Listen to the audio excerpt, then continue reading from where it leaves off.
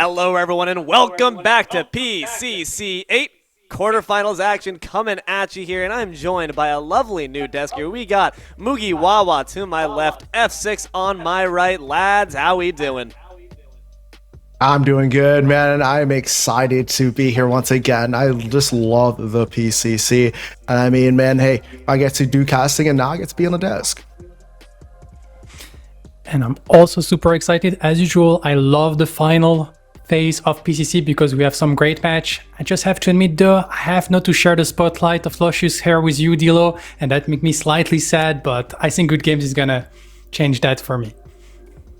I think we all looking crispy here. Don't get it twisted here. And don't get it twisted, this is going to be an interesting matchup. Mind the Gap MTG going up against the Doctors. They've earned that PhD. They have the cure to the cold, quite literally, and that means a big shakeup here in the duel lane. I mean, it's absolutely going to be a crazy matchup between these guys. I mean, Docs are just one of those contending teams going to this, but MTG fighting for their way, fighting for their right to be a showcase here on PCC.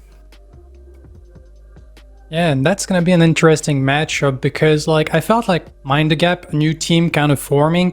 They had a lot of interesting stuff going far there during the group stage. They managed to beat B team, they managed to beat Flow State, and also I feel like the Doctors, they still a very, very strong contender, but wasn't at their base shape on the group stage. However, when we come into that final phase, Mind the Gap didn't find a single success in the scrim this week, while Doctors has been practicing like crazy and they look sharp.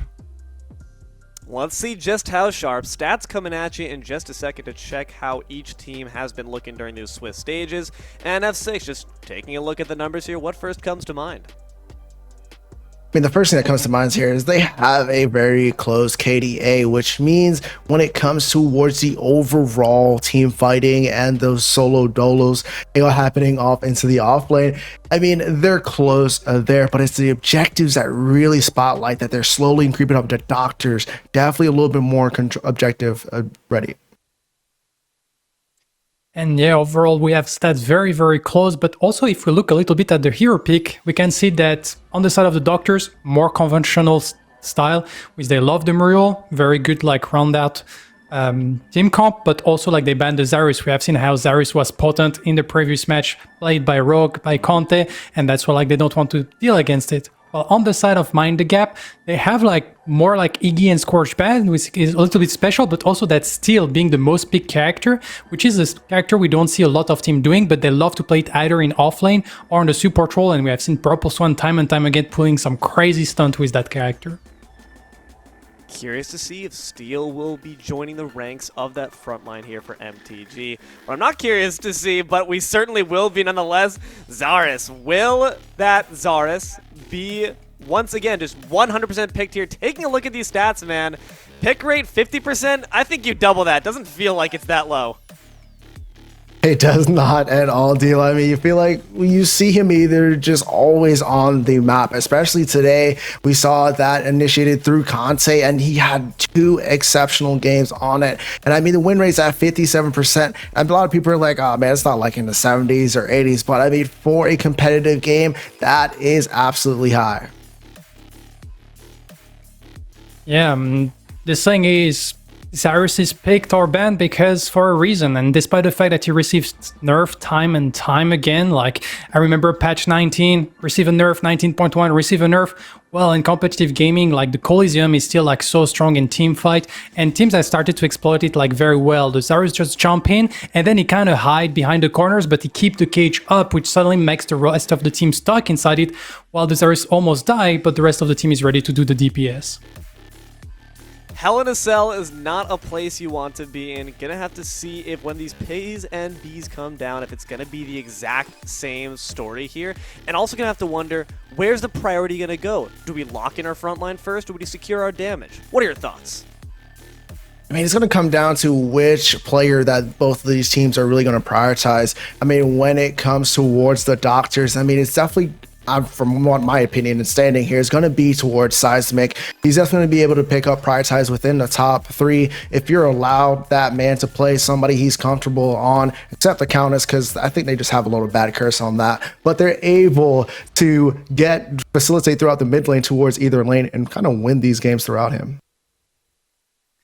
Yeah, and I think like it's a little bit hard to plan what doctors are going to do because they kind of go all around the place when it comes to draft and picks and bans. But recently we have seen Seismic like really loving the gadget, and I've been seeing him playing the gadget during scrims, and it's just like amazing. Like the Tesla Dome are always pixel perfect. It just changed the tide of team fight by himself.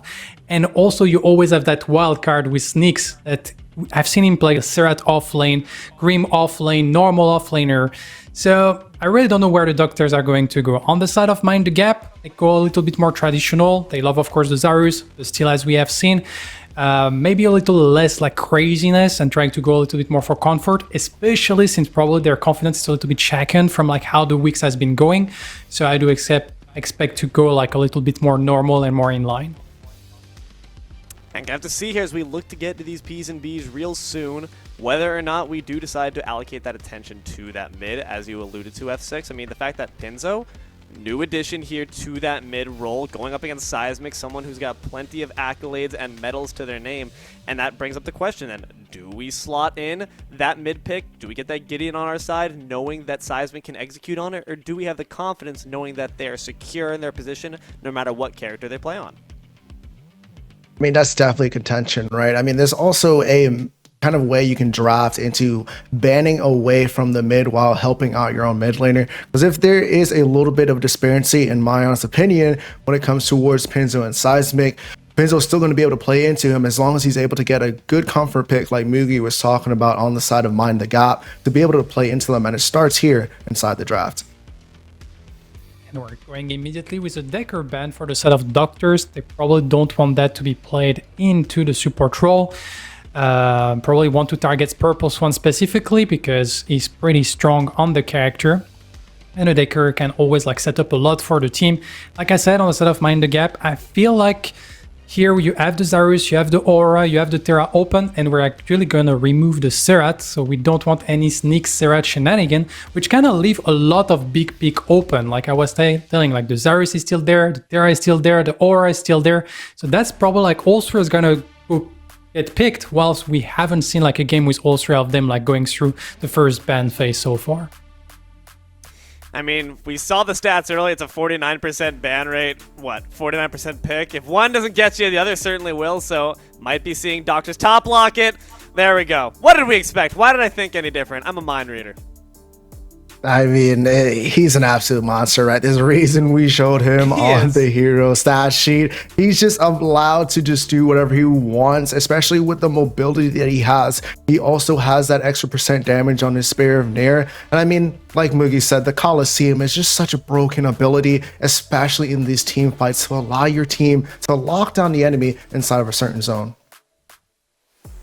And we're gonna answer, of course, with the Terra, because basically, besides after the group stage, the only thing that changed is that Terra is now available. There was like no balance path change, so the top pick are still the same, and we just added Terra into the mix. And like we were saying, also Aura is one of these very, very strong pick, and so we're gonna secure those true frontliners. And so I think we started to have a little bit of an answer to your question, Dilo, earlier on. Are we going to focus on the frontline first or the damage? Well, it seems to be the frontline, like all together, and we're gonna get here the Muriel and the gadget. As we have seen, the most picked character for the doctors was the Muriel, and I was talking about that gadget on Seismic. And with the Coliseum already in the team, like, to be honest, Seismic doesn't need any setup to look amazing with the gadget. Now he has a Coliseum to set up for his gadget. Like, if I mind the gap, I would be looking a little bit scared now. Well, going to be bringing a Revenant to their side, trying to counter some of that pressure.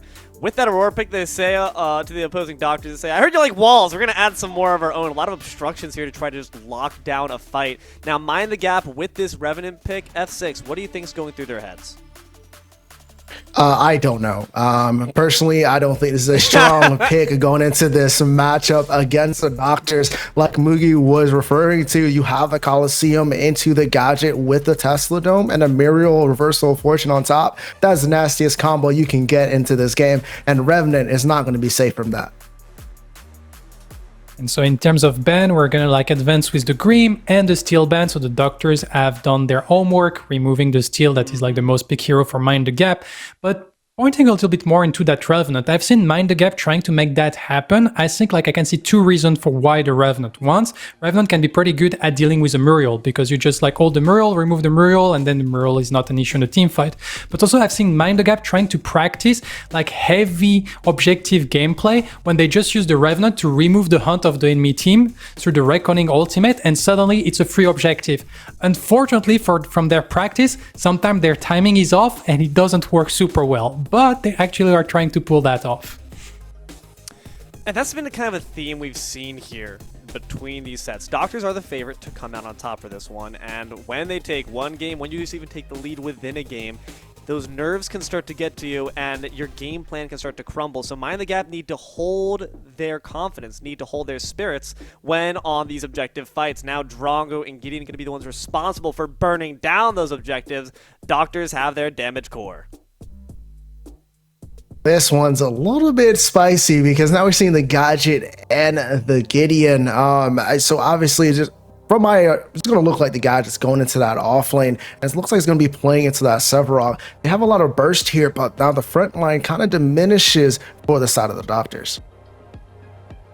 And I don't know if it's gonna be the Gideon or the Gadget. Of course, most likely the Gadget in offlane.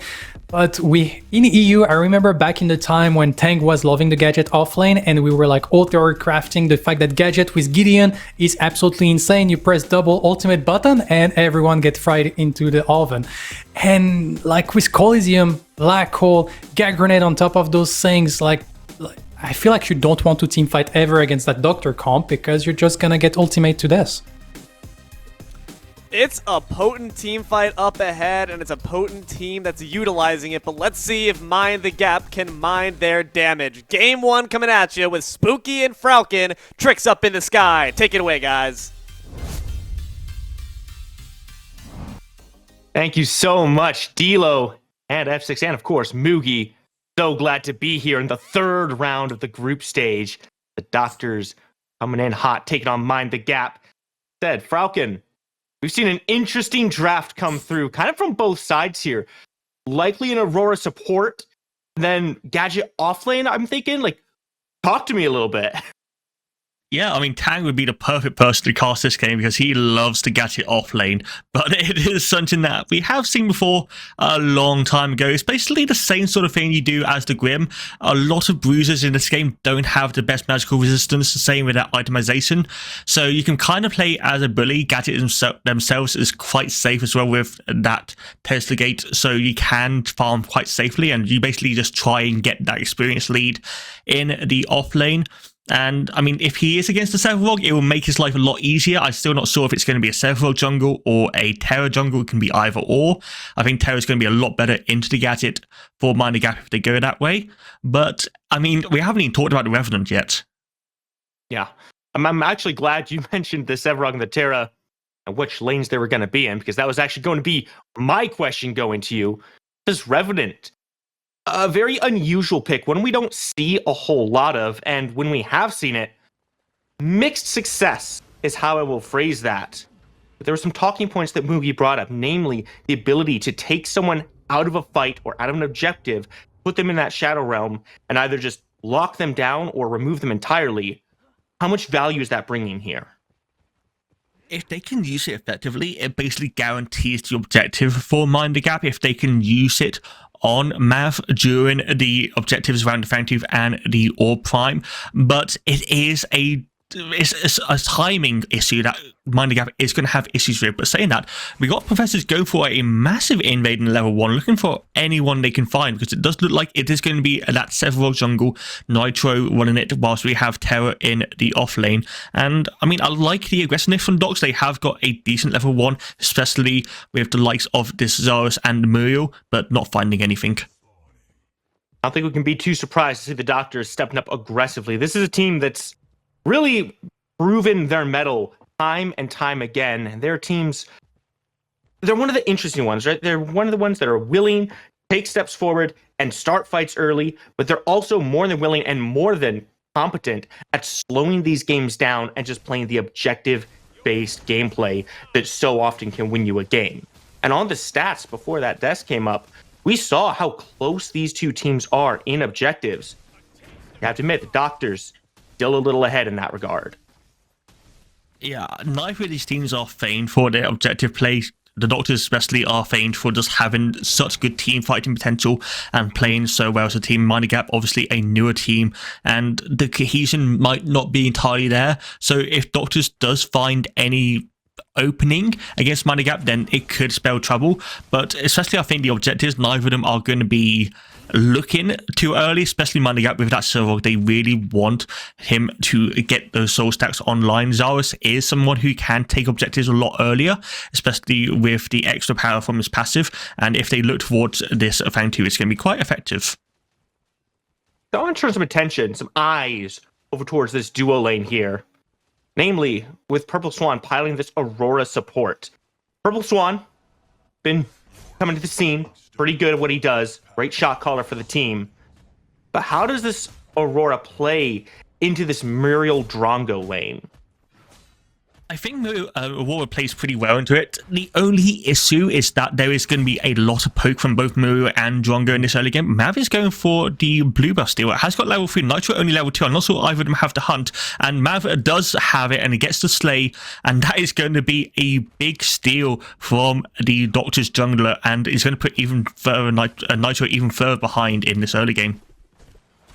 And that's the consequence of the Sevarog jungle, right? It's a little bit slower than your traditional ones. Hold that thought, Purple Swan. That was aggressive. Doesn't find too much there, just a little bit of poke back and forth here. And it's no surprise, as Mav takes a step forward on the right side. You want to see Mind the Gap, trying to push something on the left side, trying to find some way to fight back. How big of an impact is that steal on the Sevarog? It's not going to be massive, it's not going to be game ending, but the blue buff itself gives a lot of souls for the Sevarog compared to the base minions. I think it's 5 or 6, I'm not entirely sure, it's been a long time since I've played Sevarog jungle myself, so it's in terms of just the... He's a fun character, but certainly could be a bit boring sometimes.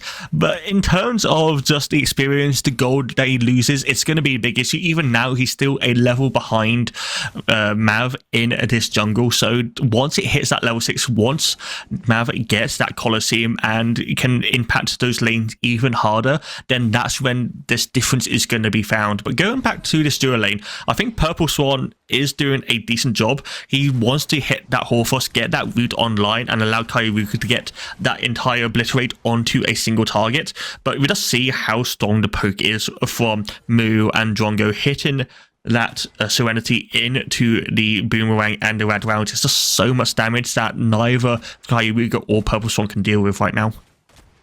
And it's not just the poke damage either, right? It's the fact that if you try to fight back into this Doctor's duo lane, you have to fight through the shields, and Nitro looking to try to put those shields down, finds the subjugate onto Zihi. Purple Swan goes up. Unfortunately for them, all they get for their troubles is the blink. Nice resource taken, but it's no first blood.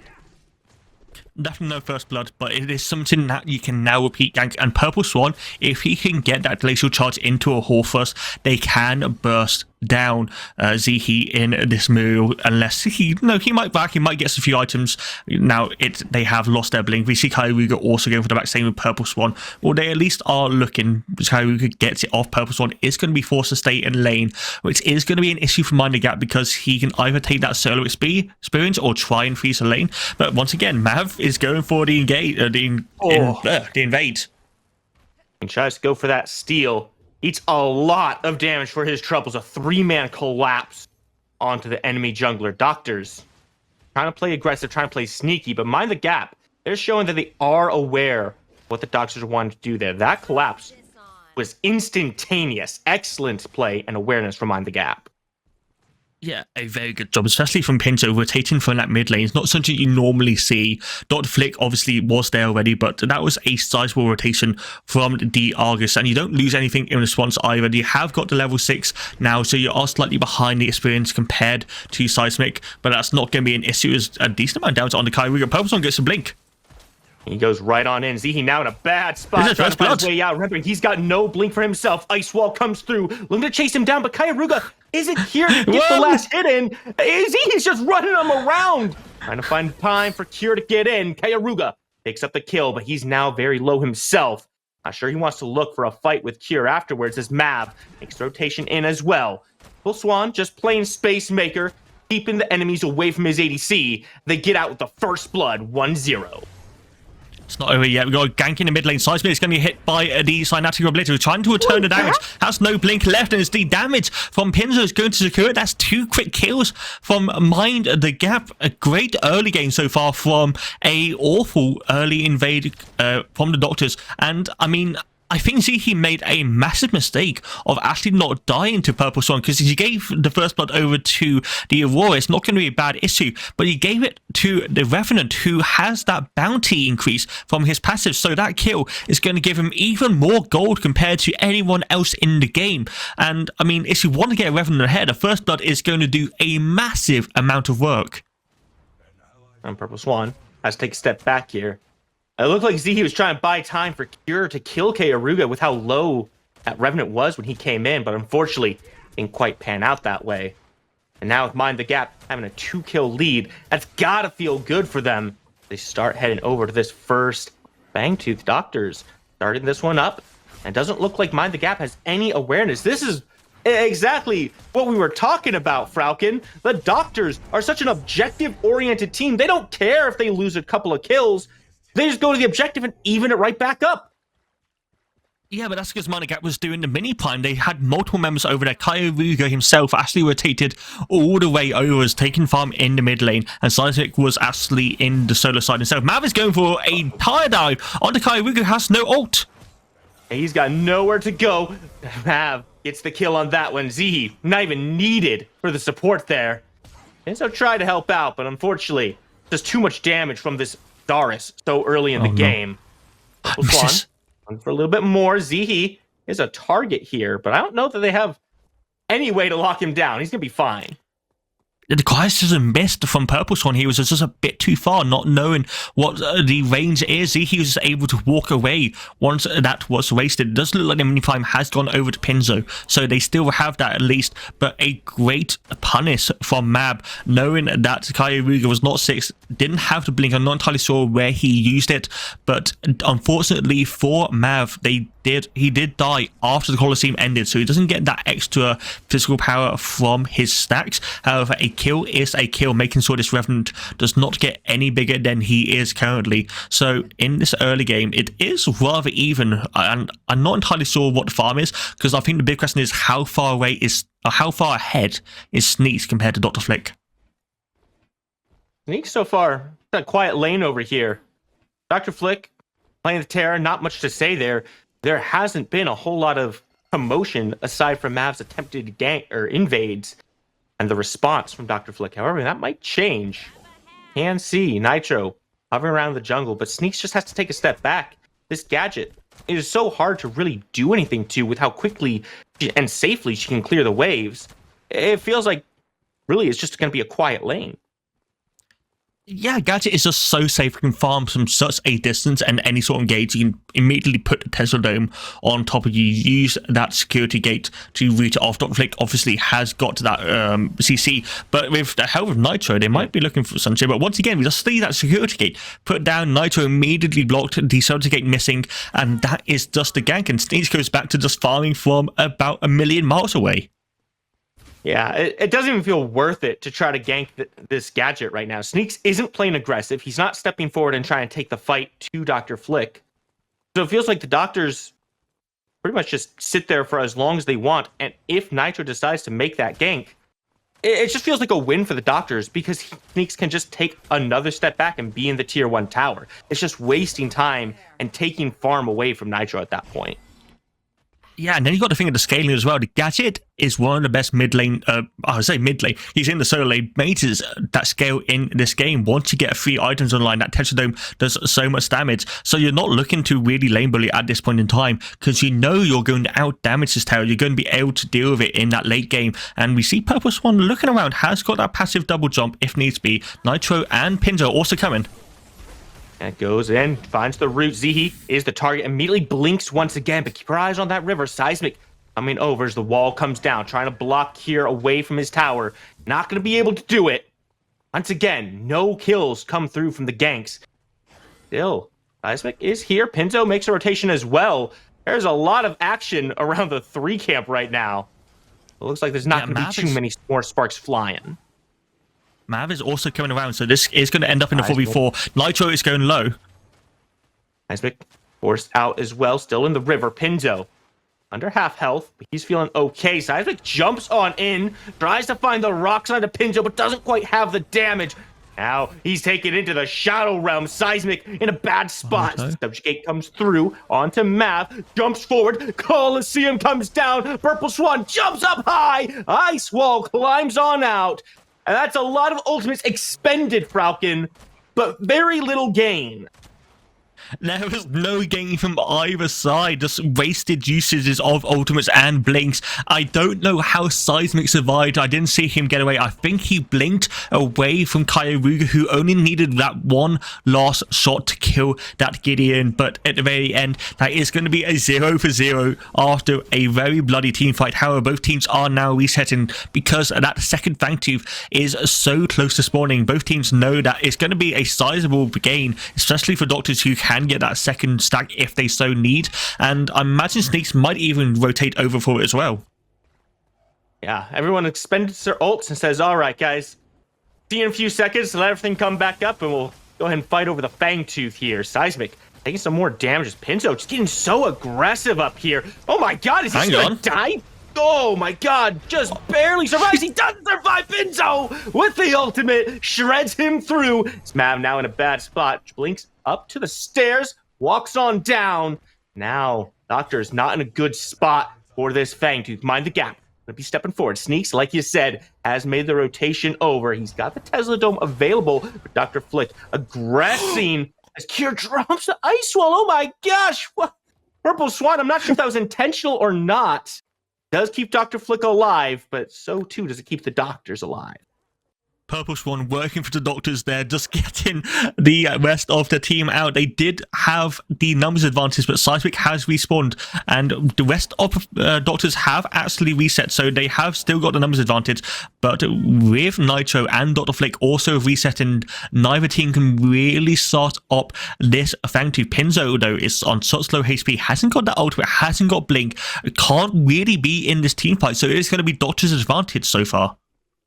And Pinzo expended the ultimate to get the kill onto Seismic, and now Seismic's back up. Can't say the same for that ult. Fangtooth gonna be started by the Doctors. Nitro and Purple Swan gonna be the first ones in. Keep your eyes on Dr. Flick as the Colosseum comes down. Fangtooth goes the way of the Doctors, and now the slack hole comes through from Seismic, and Sneaks puts the hurt onto Nitro. No. Swan finds a big root, might be giving his life up, but he gets the rest of his team out. And you know what? That's what you need from a support.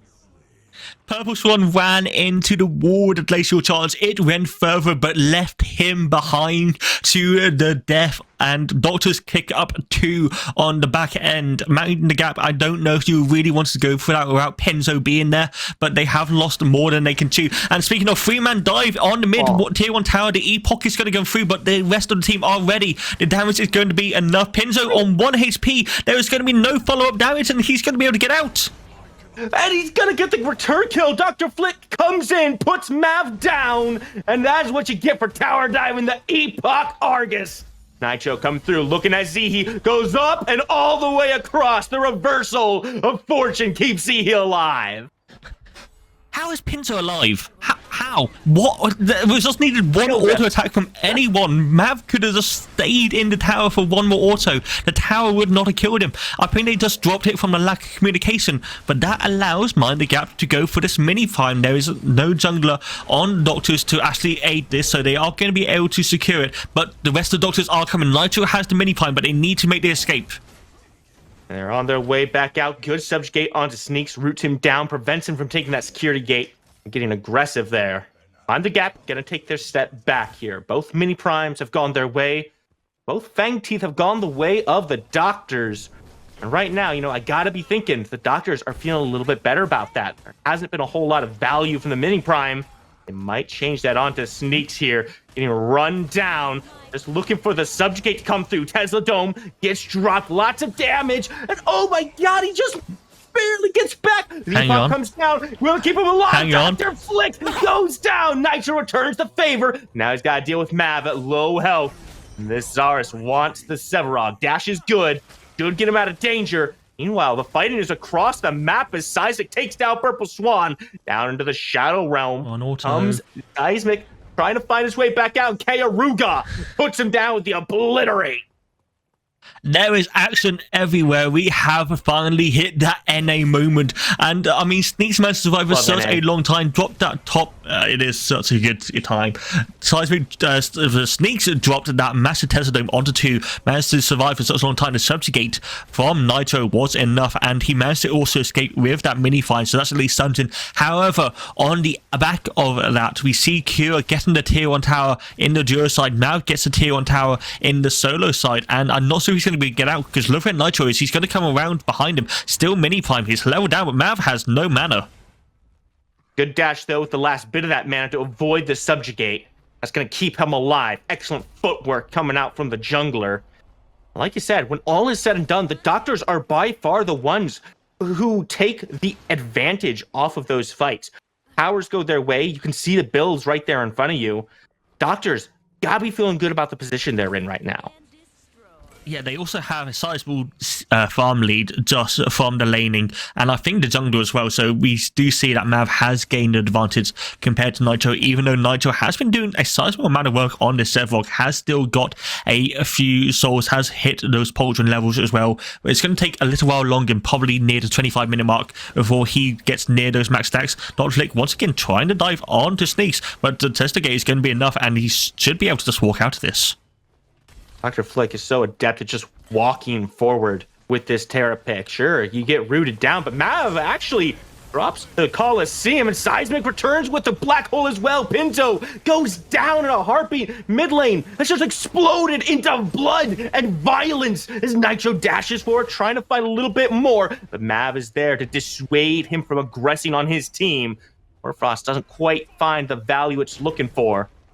Now, Mind the Gap have to just step back, losing 1 for 0.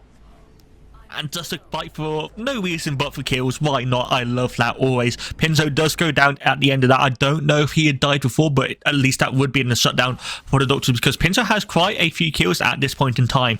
And it is going to be, again, Doctors, keeping up with the kills, 6 to 6 in the total. But the big question is the third Fang Tooth. We're about 30 seconds away. Both teams immediately going over. There's going to be a big 5v5 unless a massive pick happens. But I can imagine this is going to be a very, very bloodthirsty. These 5v5s, they're not exactly in Mind the Gap's favor, right? The big circle ultimates coming out from the Doctors, especially if they get a pick right here. Now, Kayaruga takes one into the Shadow Realm, trying to find a way out. Zihi goes down. That might turn things in their favor, but he's out of position. Terrible spot. Cure returns the favor. 4v4. Even the news numbers up.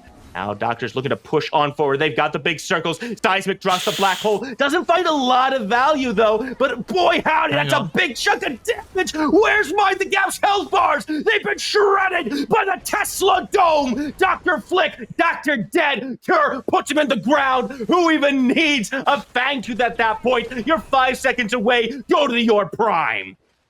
There is only one person, Purple Swan, on a supporter award. He cannot do anything to stop this. You still have the Drongo. You have double majors. This Orb Prime is going to be shredded without any stoppages. Mav is going to be able to tank it for a while, but Sneaks is also going to have to, because he is max HP. They have the hunt. This should be an easy pickup. And I mean, the Seismic ultimate wasn't great. Black Hole wasn't perfect. But Mav just got a massive stun on 3 members from Minor Gap during that. And Kyaruga with that ultimate, yes, got the kill on the Zihi, but was completely out of position. And a support for ADC is never worth in a team fight. So with losing their ADC, then losing all of their front line as well as their mid, it was just nothing that Minor Gap could do. They couldn't even escape in time.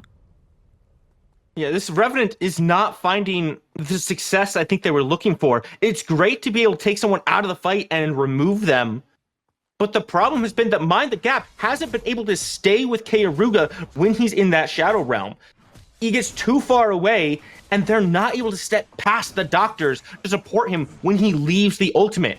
Now, or Prime around all 5 of the doctors. They're going to shred that last Fangtooth down. That's the 3rd one for him. And Mav, he wants a little bit more. Drop 3 into the Coliseum. The Ice Well comes in to try to cut off the support. But Seismic on the other end just throws so much damage out. Mav takes out Kyaruga with Cure's help. Nitro and Pinto both extraordinarily low.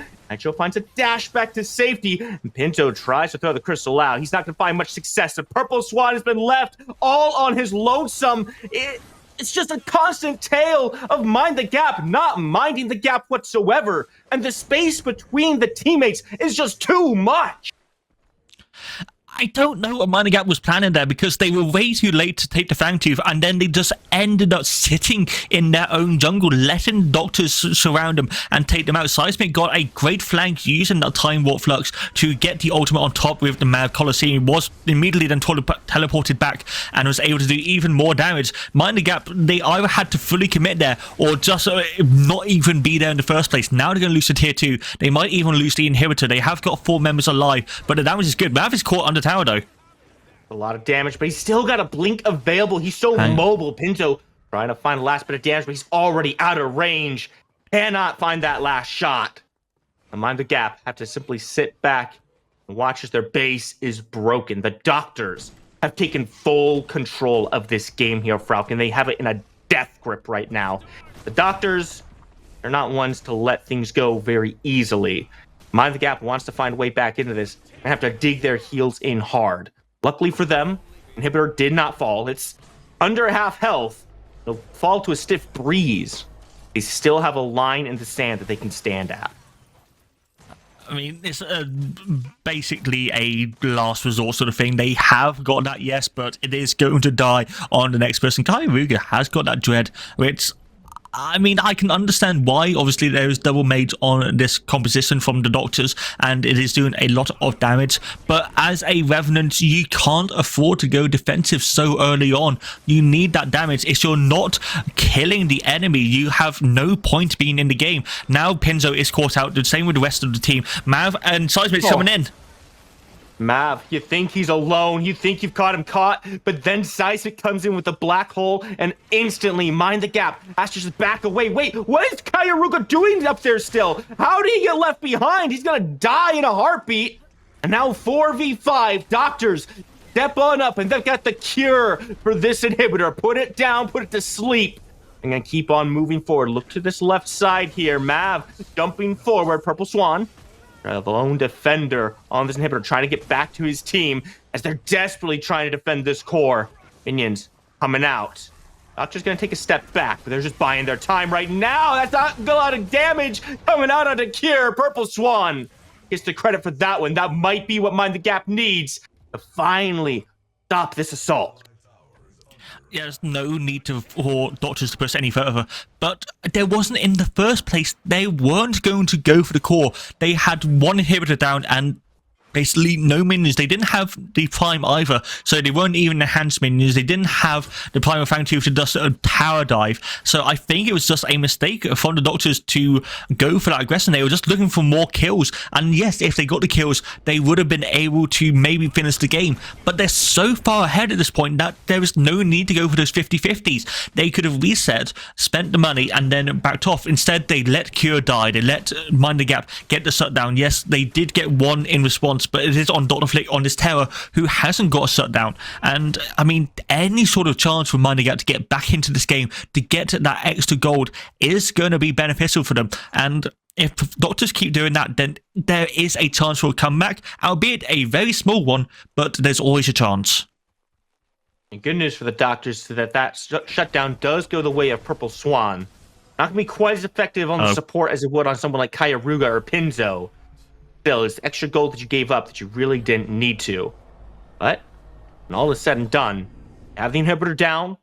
Another Primal Fangtooth is going to be spawning in very shortly here. Take a quick look at the builds. Hey, Falcon, is there anything on here that sticks out to you, grabs your eye?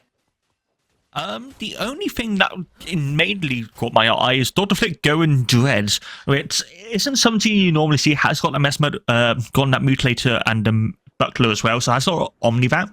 But the Dread is normally an assassin item gone for, and I don't know if it's worth going on this Terror. I think Salvation would have been better, have a bit more of that tenacity and that massive HP as well. But we got Doctors looking for a sneaky engage. Mav goes in. Wow! Lots of damage comes out from Seismic in an instant, and Coliseum drops on their heads. Nitro is not long for the world as Cure puts him away. Put him in a box and ship him out. Pinzo trying to find a way back. Does answer 1 kill back. Cure goes down second time in 2 fights. Dr. Flick keeps the pressure up onto Zihi, and they actually got the kill on Seismic as well. This could be something for Mind the Gap, but they're already down 3 members. Mav puts Pinzo away, now chasing down Dr. Flick. Good jump, gets Dr. Flick into safety. Good God, that was a lot of damage in so short amount of time. Doctors are just packing so much heat right now. Nitro actually got a really good colossal blow onto Mav, immediately stopped the Coliseum, so it could have gone a lot worse than Mind the Gap. However, they do still lose 3 members, they do lose the jungler, and they lose half the HP on the core as well, due to a massive minion wave from Doctors going down the mid lane. Now the Doctors are going to be able to take this Primal Fangtooth uncontested. They have only got the Zaras and Gadget doing damage. Zihi is there as well, as basically more support at this point, as they are, I think, just waiting for that hunt to come up, as they eventually do take it. That is going to be the primordial buff. They are going to go for the reset, immediately go towards this Orb Prime, and I mean, Mind the Gap really don't want to fight here because they have got so many issues. They have the Primal Fangtooth to deal with. They have minions in the mid lane always pushing their core as half HP, so they can be backdoored as well. But you have to go for this Orb Prime, because if you don't, a double buffed team like the Doctors is going to be unstoppable. It's going to be so tough too, because the Doctors, such a patient team, waited for both Cure and Seismic to come back up. So this Primal Fangtooth is on all 5 members of the Doctors right now. The kills that Mind the Gap got didn't matter. Not at all. Now they're going to have to contest around an Orb Prime. This is a tough fight to look at, Falcon, and I'm honestly not sure what tools Mind the Gap have to win the fight at the Orb Prime. And they don't have anything because Nitro just reset, so they haven't got jungler. There is no chance for the side of Mind the Gap to actually go for a steal unless a miracle occurs. And with the rest of the team now backing off, it looks like they're just going to try and clear mini waves the best they can to delay the side of the Doctors. But even then, it's going to be a matter of time. He's already pushing that left side on Muriel, has got that reversal of fortune available if needs to be. Purple Swan is just going on a journey. Yeah, I'm going to call it a journey. Trying to push, like you said, those minions as far as possible. It means he's so far away from his base right now. Doctor's going to be stepping up, grouping together, make another siege here. Mav takes a little bit of damage, but wow, did he take damage? He barely even looks like he was tickled on that one. Yeah, I mean, he's got a Flux Matrix, which is, I think, the first time I've ever seen that on Azaris. But I love it because it allows your double mage comp to work even better. It has that magical damage reduction, magical armor reduction, as well as the nasty. So it doesn't actually help you whatsoever, but it helps Sneaks, it helps Seismic, it helps Zihi, and the extra removal tenacity helps the stun as well. So I love to pick up from Mav the itemization coming in for the Azaris. As all the inhibitors are dead, they have got the core left. Ice Wall comes up, trying to block out the minions and trying to block out the Doctors, but the Doctors have none of it. Black Hole comes through, but it's quickly canceled out as Mind the Gap try to put up one last defense. It's not enough. The damage is too much. And the Doctors walking out of this one with game number 1 firmly under their belt. Doctor's just doing such a good job with the objectives. In terms of the kills, it's actually not too bad. Mind the Gap had a decent early game, but come that mid game, it just wasn't really enough. Again, I don't think the Revenant pick was used enough to actually do what it needs to do to take the jungler out of those team fights. It was used to try and get for a pick in the early team fights, which led Kairuka to be out of position and the rest of his team not able to be helpful. Pinzo just got dove every single time, and the double mage comp from the Doctors was just effective. That's the easiest way of saying it. It was just effective every team fight. It really feels like that ultimate could have been used a little bit more team oriented, right? If Pinzo's being dove on repeat, maybe you save the ultimate for when Pinzo gets dove and you just take that guy out, put him in the Shadow Realm, give Pinzo some space, but all things that can be addressed as the games go forward. This was only game number 1, Falcon. Doctors want to move on. They got to do it, as I always say, one more time. Let's see how they do it right after.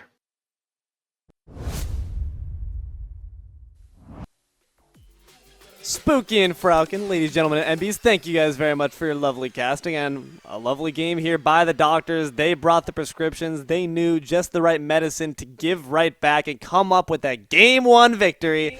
F6, Moogie, what did we see? I definitely saw where that Revenant wasn't as impactful as we thought it was going to be. There was situations where it could have been a play, but the Doctors just didn't allow it. But I do want to give Mind the Gap, though, the confidence into this next game because they did show out in the very early game here. They were looking great, and Pinzo actually looking very good against Seismic. Yeah, and I think that game was also like a good reminder that despite the fact that the game looked very balanced on both sides, Predecessor game can actually become like tip in one direction very quickly. And here it was just, we reached the moment that team fight happens, a team fight around the 19 minutes 30.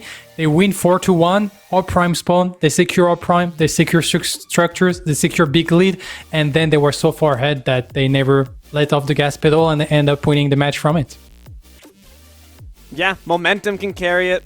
Once you start getting things in your favor, if the scales are tipped against you, it's an awfully hard mountain to climb right back up. But like you guys both mentioned, there's things to love about what we saw here from the opposition. What can they do to get one game off the Doctors? What can they do to make it just one more, as Spooky said? They're going to be needed playing around their mid more. Pinzo was able to facilitate for his team. Also, Dr. Flick has some nice rotations. But when it comes to the opposite side of the map, they did not have the amount of pressure they needed to help out in their team fight. I think one of the key parts of their team fights was Purple Swan, and he wasn't really there for any of them because he instantly got deleted. And also on top of that, I kind of feel one thing they should try is to try to be like slightly more conventional. Like we see that the hero pool of Purple Swan was targeted, so maybe get Purple Swan like the Dagger or the Steel that he prefer. Maybe don't try to push too hard that Revenant and go for a more classical carry. And also like Nitro on that Sevarog jungle, I feel like they need a jungler that is much more impactful. Also Nitro is more known for his aggressive playstyle in the jungle, which I feel like Sevarog doesn't fit at all. And against like those double mage, like he was a Sevarog, but he wasn't tanking at all. So like just shift a little bit into that direction. I think Mind the Gap has a better chance because definitely in the early game, they were playing good. So try to get the lead in the early game before we reach those team fight that the Doctor seems to dominate. You heard the advice at the desk, up to MTG to do the rest. Don't go anywhere. Game 2 of this lightning set coming at you in just a moment. Hello everyone and welcome back. PCC8 Game 2. Doc just took it in spades. It was a really solid Game 1 to their credit. I'm Dilo, joined here with F6, joined here as well by Moogie Wawa. Guys, we were talking a little bit behind the scenes about just what we can see here from NTG in terms of getting them back in the action. One thing that we settled on was Purple Swan, their shot caller, having some issues here. Walk me through how that can affect your game and how we can get your minds right back in the action to get a Game 2 victory. And there's a lot of aspects you can go down, but one of the main ones for me is the fact that if your shot caller gets picked out early, which we saw, it kind of changes how the rest of that engagement goes. And I think that's really one of the big downfalls that really happened throughout this entire match. And to add on it, like I used to be a shot caller myself, and one thing that can throw you off is when you have to play uncomfortable characters. And Aura, like it's only the 14th time that Purple Sun is actually playing the character, all type of game like played. And so when you have to think about your mechanics on top of shot calling for your team, like it's too much to handle. So one thing, like I said earlier, maybe try to put Purple Sun on a more comfortable pick so he can really focus on his shot calling aspect and don't have to think so much about playing correctly his character. Can't have the head of the snake cut off. The rest of the body will go limp. But let's also look at a different matchup here. Take a little gander at this mid matchup. Pinzo versus Sai, one that we had our eyes set on prior. And it actually turned out to be a pretty good showing here from Pinzo. Guys, walk me through it. I mean, early game, Pinzo, in my honest opinion, was playing an outstanding game, was allowed to pretty much be picking up kills, and he was able to do what he needs to do in the mid. He stopped Seismic from really being a hot potential for the rest of the Doctors. But then just in the later parts of the game, they just didn't have the rest of his team able to help him out. And like we have seen with like the team stat, like to be fair, the two stats are pretty close. Yeah, we're slightly higher on KDA, slightly higher on damage and gold. One thing that kind of stood out though, it's both of those players are more than 10 CS per minute on average. Like on average, that's actually pretty insane because like 10 CS per minute is like the gold, the grail we're trying to reach, and being able to do that like consistently, competitively in every single match, it's actually insane that those two players know how to play their role. And that just bodes really well for each side. You don't have to worry about that mid, but at the same time, you still got to worry a little bit. Sai did come out on top in the end. You're looking at the stats. You got some edges across all of them to their favor, and as we wait for these P's and B's to get on started, just brings up the question, how do we adapt? What do we want to see from our underdog, MTG, to end up with the victory? That's going to start in the draft. We're going to need to see them kind of just out draft the Doctors. We see that a little bit unwarranted coming out of the Sneaks gameplay with that guys in the offline, so they have to expect something crazy, but they also have to be able to pick on their side a better comp for them to be able to do what they need to do, because that Revenant was not it. And we're gonna start the draft with the Decker ban. So mind the gap, they got the Decker ban against them. This time they decide to ban it. One thing I do love though by Mind the Gap is they decided to take the first pick. That means that maybe they can get that Zarus, and Nitro is a good Zarus. And like I was saying, I want Nitro to be in a more like offensive, aggressive jungler. And here we have the ban Howitzer by the Doctors. I feel like it's a perfect moment to get that Zarus for Nitro and to kind of activate a little bit more the team and also remove that Coliseum from a team that loves playing it with Gadget or Gideon. And would you look at that? Just like you said, Mugi, Zarus, first pick. We saw the stats earlier for the character. We can't be surprised to see that hero being top locked. Howitzer being the banning from the Doctors. I mean, Pinzo's new in this role, so I feel like they can feel like they're a veteran now. They're getting the respect ban from Doctors. Do not want to see Pinzo back in action. Aurora and Gadget, though, are going to be the Doctors' top locks. I mean, we've seen how the Gadget played into that last matchup. I mean, she really was the MVP in one of the fights with that Tesla jump coming huge for impact into that later parts of the mid game, allowed for them to really start to skyrocket. And then picking up the Aurora this time, taking it away from Purple Swan, even though he's not comfortable with it, I know on the side of the Doctors they are. And we're gonna log the Burial and Steal, so probably no Steal for Purple Swan. Of course, probably gonna be the Burial in the support role, character that is also like very confident with. And we're gonna secure the Steal that most likely is going into the offlane role. For Dr. Flick, it's also a character that he loves. So we're kind of coming back to more comfort type of pick on the side of Mind the Gap, which I feel like when you have your back against the wall and the like kind of spice didn't work out, coming back to your root is actually like the best option. You mentioned it before, Mugi, too, that we want to see Mind the Gap playing comfortably, because if you can't execute necessarily at the highest level of finesse, hey, do what you love, and you might just do it better. It's, you know, soup in the can versus mama's homemade chicken noodle. And right now, Mind the Gap are cooking up something nice here. Terra from the Doctors going to be the answer. She's been dominant. She's been scary. Iggy is their second wave ban. I mean, I think the Iggy ban is great, but the Terra pickup is really what is spicy here. Immediately countering towards the steal. Dr. Flick is comfortable on the steal, but what can you do when you can't CC the person running at you? So here we decided to remove the Grim, so that means that both teams are still looking for the carry, but we don't want to have that Grim. To be honest, on the side of the Doctors, like we have great PCs, like we have seen with the Gadget and the Aura and the Terra, it's all like very strong character. At the same time, like it's kind of, you have Gadget that kind of love to reception, you have the Terra that kind of love to go for the aggression. Aura can fit in both playstyle. To be fair, I love the Gadget Aura into Zarus Muriel still because they are very good at receptioning any type of dive. So Mind the Gap will have to really think about how they can go in.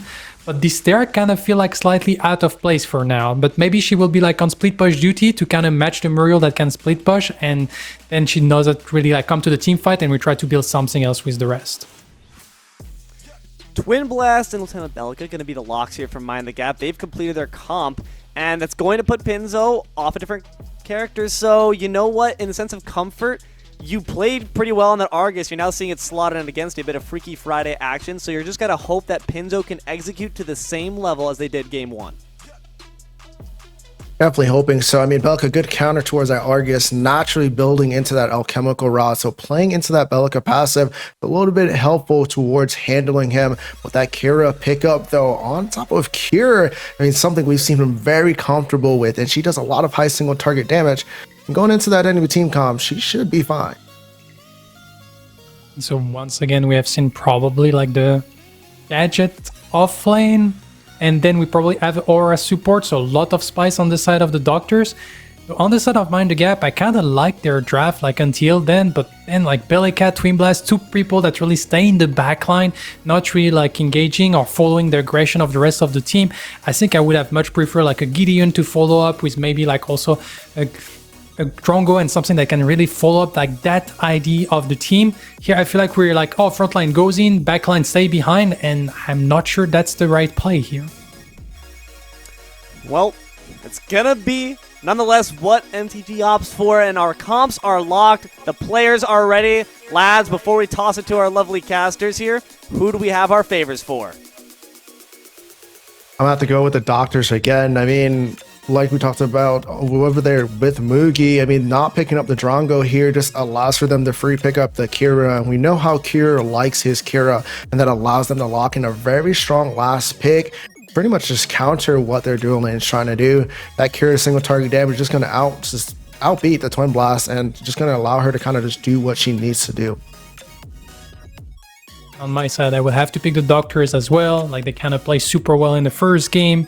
The draft doesn't, like it's slightly better, but it's not like better enough for me to change like the domination from Doctors from the first game. Well, with that, Doctors have everything to prove to us that they can remain dominant. Mind the Gap need to take them back to med school. Spooky, Falcon, Tricks, it's all you now. Thank you so much once again to the desk. The Doctors stand at the precipice of taking this set for themselves. But they've got to get past Mind the Gap one more time in order to do that. Falcon, we've seen... It's hard to say we've seen changes to the draft. We see a lot of the same characters being picked up, but they've been shifted around to different teams, possibly to different roles. We see this Gadget coming back. Where are you expecting that one to go? Is that back into the off lane? If you think about it, it most likely is going back to Sneaks. I'm not sure how big of a Gadget player Seismic is. I mean, if Doctors wanted to be tricky, they could definitely put the Gadget in the mid lane, Argus in the support role, but I don't imagine that is going to be the case. I do think that is going to be Gadget in the off lane and Argus in the mid, Aurora then is in that support role. It's interesting because a lot of these picks, like the Aurora, like the Zars, have been sorted by the teams. And I think the Zars is the big one because Mav did so much work on it in the early game for the Doctors. And Nitro, I mean, he's a very good player, but on that server, you just can't really do much in the early game. So having that agency now for Nitro, we might see a completely different Mind the Gap. So obviously, we've seen how effective Zaris is as a character through not just last game, not just through this PCC, but through multiple PCCs. Zaris has been a very dominant force. Coliseum is a great ability. And last game, it was paired with the Black Hole, it was paired with the Tesla Dome. This time, playing into the Tesla Dome. Do you think that has any impact on the effectiveness of that Coliseum if someone just drops a big electromagnetic field on your head as soon as you put the cage up? It sounds good in theory. It is something that is very hard to do in actual practice, though, unless you are the one being Colosseumed on. We've seen multiple times teams, even with a gadget Zaris combo, not able to pull it off. So being on the enemy side is something a lot harder. Plus, I mean, yeah, you don't have the Tesla Dome, but you do have a steal. You do have that shield slam as a follow-up, and it's going to be very easy for Dr. Flick is playing Muriel off lane with Warriors Quest, ladies and gentlemen. That was something unexpected by literally everyone in existence. I don't know how to call that. Yeah, this wasn't even a question on my mind. From at no point did I think, hey, is this Muriel going to be in the off lane? But like, part of me kind of understands, because like, do I want to play Steel into Gadget? Not really, no. But it's actually Gadget in the mid lane too.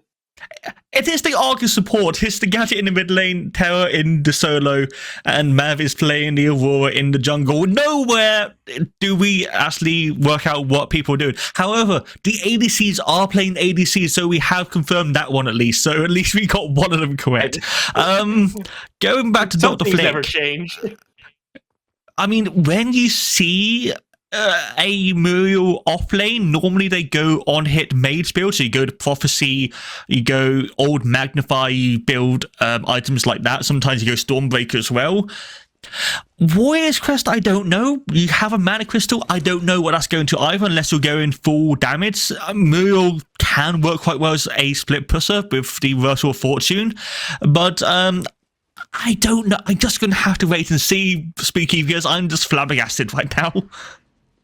Well, this changes quite a bit of the dynamic that we were kind of expecting going into this game when we were looking at the draft and discussing things. So no longer is this a Twin Blast Muriel duo lane, as Neeks goes in onto Dr. Flick, forces the blink out extremely early with some help from Mav. Potentially, some focus can be paid over to this side of the map here. But how does that steal change things in the duo lane? It gives them a lot more ability to go all in at level 6. The Seal Slam is very effective, and with the help of the Twin Blast as well, it's going to be very useful. However, you are going one melee, one range into double range of that Argus Kira, so you are going to struggle in this early game, especially due to wave clear. And Purple Swan is just going to be on the defensive, looking for any sort of gaps that the Doctor's dual lane gives out as another gank comes into the solo side. Sneaks in some trouble here as Nitro makes the rotation. Right. The Zaris puts his foot down and finds a skull of the Terror right underneath it. Mind the gap. Take the first blood. They're off to a good start, but we saw this before, Falcon. Not everything. I don't know what's happening, but all of Doctors have just DC'd, but we're going to move on for now until we hear something from production. That gank was very effective. It was something that was easily done. I mean, Muriel has got a lot of damage in the early game as production. What is going on? I see. So we have a quick reset on that. You know what? It wouldn't be PCC if we didn't have something crazy happen. I guess we can't blame this one on TJ, although I will try to find a way to do that. If you're watching, TJ, I know you are. This is all on you. He is watching. But that's going to lead us to a quick pause here as we get things sorted out here, Falcon. I'm not entirely sure what has been happening, but we are going to load up a different game, so we might have a small break. I'm just waiting to hear from that.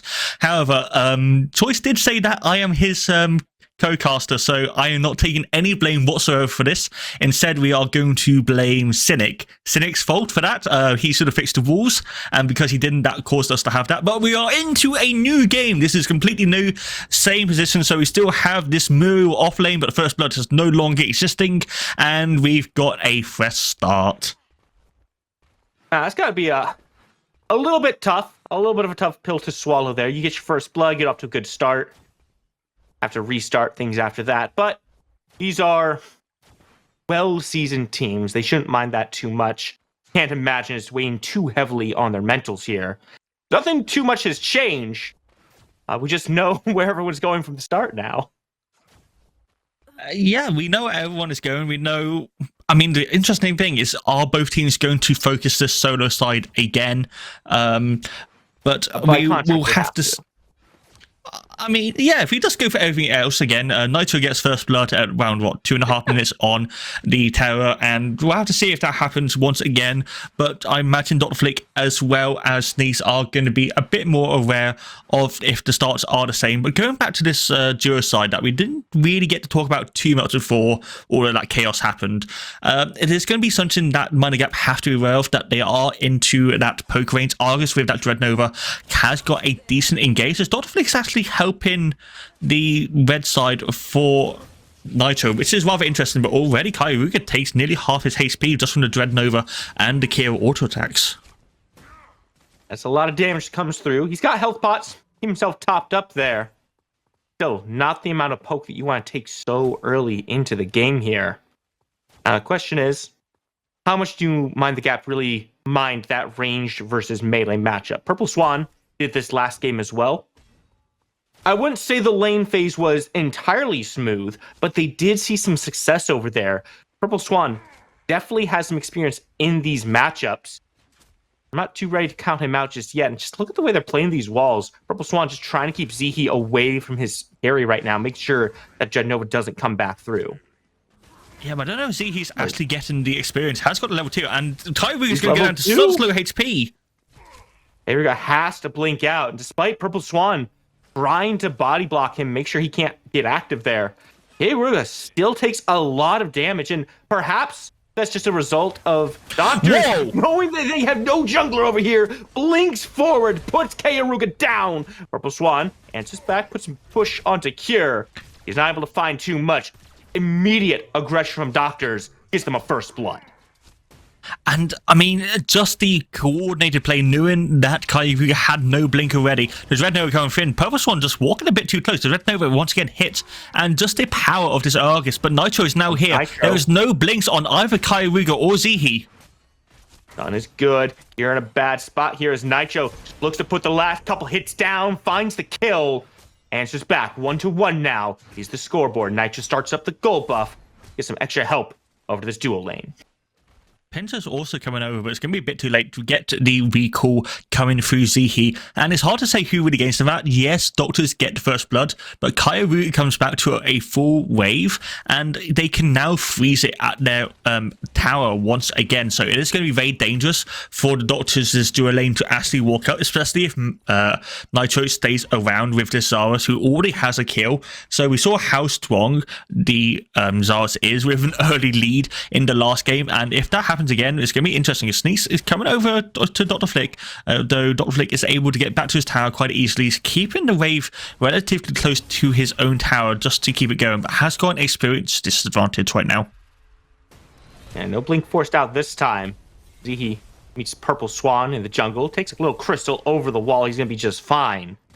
So far, both these teams are trying to be the pace setters right now. Doctor's doing a little bit better at the current time. Sneak's been fairly active over on that right side. He's now getting aggressive onto Flick again. But, oh. Look, TJ, where are you? I know you're watching. TJ, what are you doing, man? What are you doing to my game, TJ? Falcon, get your co-caster under control. This has nothing to do with me. Look, I was doing some practice cast with him last week. We were doing the console. With him before you came with me?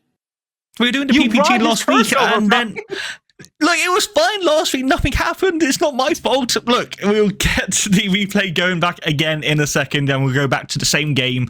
Hopefully, we can get to the same point. We might have to go a little bit more in the future, depending on what bug has happened.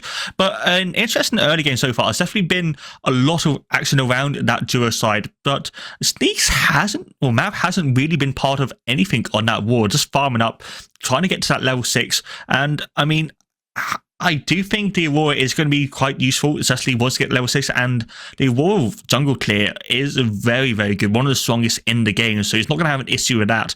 But if we take the last game, for example, with Purple Swan's performance, he had a lot of issues on the Aurora, had a couple of glacial charges that weren't very good, criticisms that missed. So Mav has a lot to prove on this pick to show that it's actually very beneficial, which we have seen in the past and the past BCCs as well. And yeah, we'll just have to see how he does. I'm expecting some good things coming out from Mav. We already saw some very aggressive play from him in game number 1, constantly looking for those invades. And, part of that is just the matchup. Zaris being able to get aggressive on that Sevarog a lot easier. May not see so much aggression. I don't know if he wants to take the Aurora Zaris matchup this early into the game as a 1v1. But I wouldn't be surprised to see him constantly making those rotations, looking for any opportunity to take some of these laners down and push his team ahead. Because any advantage that the Doctors can get, an advantage that they are more than happy to push as far as they can. Yeah, as we go back into the game, we are about a minute ahead of what we saw previously. Nothing has actually happened in the game. We see that Nitro is behind Sneaks though, so there might be a gank coming on to the solo side, but instead he's just going for that free camp, going for the invade that has been beneficial. We get that Zaris further and further ahead. Dr. Flick already is building towards that ability haste. Not entirely sure what he is still building. Might be the Prophecy, but hard to gauge. Might also be the Astral Catalyst. It's a Muriel off lane with Warrior's Crest. Who knows? It could be literally anything. Dr. Flake is a invisionary, as we can see as we go back to the Jura side. Again, nothing else has really happened, just everyone farming up. I genuinely just love how much of a wrench this Muriel is throwing into your whole system here. I don't know what to expect from it either, like full disclosure. But I'm just enjoying seeing you struggle a little bit on it. It's the Warrior's Crest that I don't understand. Because normally on Muriel offlane, you go either Marksman's Crest if you're insane, or you go Warlock's Crest and get the Tempest. But just there's neither of those options, because Icecorn doesn't work because you do magical damage mostly with your passive and your abilities. You shouldn't be in range to use the Thunder Hammer. I've forgotten the name, apologies on that one. And Brutal X, I mean, why would you go to the Cleanse? So I don't know. So if I'm looking at this Muriel and I'm seeing the ability haste, what I'm thinking is maybe they're just trying to leave this one. We might have to come back to it. He'll be fine. Maybe they're trying to leave this Muriel over on this right side, play safe, scale up, and focus most of their attention towards this left side. Nitro does go ahead and put some attention to the left. Big knockups come through here. Already low, and so is Zihi. Goes down in an instant. That's 2 quick kills. Going back to mind the gap. They've shown up to play. Might be a Fangtooth afterwards. Yeah, it has to be. You use the Muriel to get the Dr. Flick onto this side of the map. You've taken down the Jura side. You have to go for this Fangtooth. We see that Doctors have started up that mini farm. They are at least going to get something in response. But Mana Gap using that Muriel to great effect. That's what I expected them to be using, and they have used it so well, especially with the fact that Nitro has that Colosseum online and got those double stacks as well. So a really good early game from Mana Gap so far. They are going to lose that mini prime over. We're going to see who they give it over to. Looks like it's going to be Sneaks unless they miss up. Mav nearly screws up the glacial charge, but does able to get away as we do take one objective for each side. Now the question is of how much damage can Doctors do with that mini prime? That's going to be the question indeed. Last mini primes we saw were on the side of Mind the Gap. And if we're being completely honest here, Falcon, which, we're very fair people and we are always very honest, it really didn't do anything. I don't think we saw tier 1 towers taken with it. We saw some attention be paid towards that right side. They tried to get aggressive, but Dr. Flick really couldn't find any leverage against Sneaks on the gadget over there. Now, being against a Muriel, it feels like Sneaks is going to be able to use this a little bit more effectively. Yeah, Muriel is obviously ranged, but doesn't have the best wave player. Only has got their Serenity, so it's going to be something that it's going to be a lot easier to deal with. Unless you just walk them down, Sneaks is just doing so much damage to Dr. Flick right now, and they aren't going to go for the full kills because they have seen that Nitro is nearby, but just damage is going to be useful. But he has finished the Astral Catalyst. Pinzo going for the Blink in the meantime to get back to his tower with Mav nearby. Going back to the middle, building that Astral Catalyst shows what the game plan is. Dr. Flick does not care about this lane whatsoever. All he does is try and get his ultimate up as many times as possible to use it across the map. Now, actually, Nitro makes a return gank over there. Takes Sneaks down. 4 kills now to mind the gap. Nice lead they're building over here. One thing we haven't talked too much about, Falcon, is the mid lane. Now, we haven't even mentioned this Belica whatsoever. And, I'll take the fall for that one. I'll blame myself for that. Yeah, but when the stuff is happening on each side of the map, the mid lane is just kind of left to its own devices. There's nothing really to talk about. We do have the Belica, which is not something that is picked very often nowadays. It used to be a staple meta pick in the mid lane, but I mean, you don't have that big AoE damage on the Belica. You only really have that Voidtron, which is quite small. But the Seismic Assault is a very good ability to set up an engage or to counter a engage as well, especially for someone like a Aurora diving in. But the tower is a pretty good example, counter to it. You don't have any escape on the Belica to get away from the Aurora, so I don't think it's a good pick. You could have picked up the Gideon who wasn't banned, and I think that would have been a better option, especially with the Zarus. So he has to be effective on this Belica, has to get that one-shot potential, and I mean, it's going to be hard. Sneaks links on forward. Muriel up through the skies, comes down the other side. You can try to get the kill. The Flick is just too quick on the button press. Now Mav finds himself in the 1v1 against Nitro, the very same one you were talking about him trying to avoid the other day. Zihi comes on forward, drops an ice wall, puts Nitro in a terrible spot. The blast seat get himself further away, but Kier also follows up and Nitro goes down. Second kill on the board for the Doctors, and they are not here to watch their team fall. They respond in kind.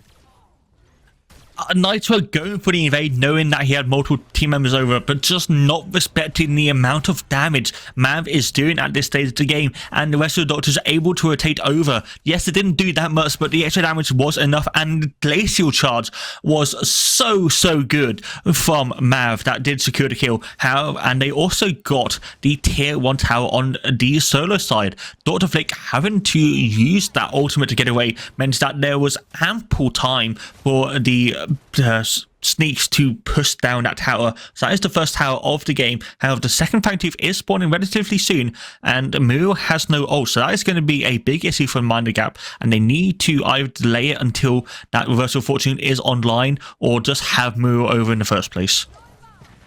Yeah, it's a dangerous spot for them to be in for sure. Have to play it slow, have to play it carefully. The most major thing is Mind the Gap has to make sure Doctors don't have an avenue into that Fangtooth. And that's something that's easier said than done, Falcon. But Doctors are consistently a team that finds any and every chance to move on to these objectives. But Mind the Gap might have the right idea here, simply being the ones to move on it first. And it doesn't look like Doctors are quite here yet. They have got all 5 members, and the Doctors are coming over. It's going to turn on how fast they can kill this Fangtooth, and that is very fast. However, they still need to get out. Mav is going for the engage. Coliseum gets dropped down onto Mav, and he puts him down, punishes him for the Glacial Charge. Gonna find only the cold embrace of death at the end of that path. Whoa! Purple Swan comes in over the rafters, hits all 4 with a big knockup, and Nitro gets left on the crystal in a terrible spot. The shield comes through from Dr. Flick and keeps him not alive. He fights the shot. Sneak still pushing forward, trying to find a little bit more. Recognizes that this fight is over. A 1-for-1 they're willing to take. 1-for-1, Mind the Gap gets the second Fangtooth as well. That puts him on Fangtooth point for that 8% buff. That is a great position to be in, and they only lose the jungler in return. So that's jungler for jungler in the game. Mav I mean, Nitro probably had a decent shutdown, but he also died before, so that's not going to be too much of a issue for Mind the Gap. And I mean, Purple Swan just got a massive steal ult, but then we go back to the case of there is no real follow-up. They don't have that big AoE ult from anyone. They only have the single target damage from the Trim Lust, from the Bellica. And I mean, I feel like the later this game goes, the more that is going to show compared to the Doctors, which have that quiet system, has that Terror to run in, and then you've got the Tesla Dome to follow up. You have the Purrs to follow up, and then you got the Argus as well for any sort of period that's needed. I won't lie, that last fight felt a little bit like a communication error to me. Purple Swan went in, and yeah, there's no follow-up, but no one was really in position to follow up in the first place. Now, Doctors, a quick reset, gonna shift over to this right side. They're gonna take up the mini prime here. And you know, I like what Mind the Gap is doing. They're doing great by staying on these Fang Teeth and being the ones to initiate.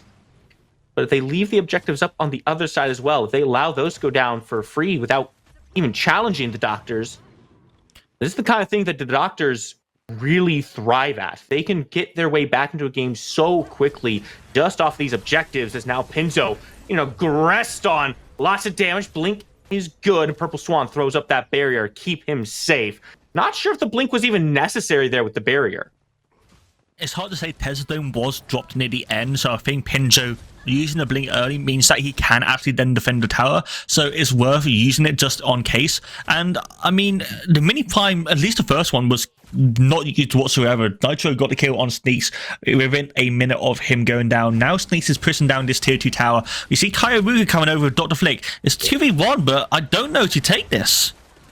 And Dr. Flick blinks forward, uses the reversal, forcing to go up and down, but he immediately dies on landing. Sneaks putting so much damage up, but Kyoruga, 2 guns is better than none, puts the Terra down, prays a 1-for-1. Still, I'm not sure how valuable that was, because Cure on the left side is now getting a minion wave pushed in.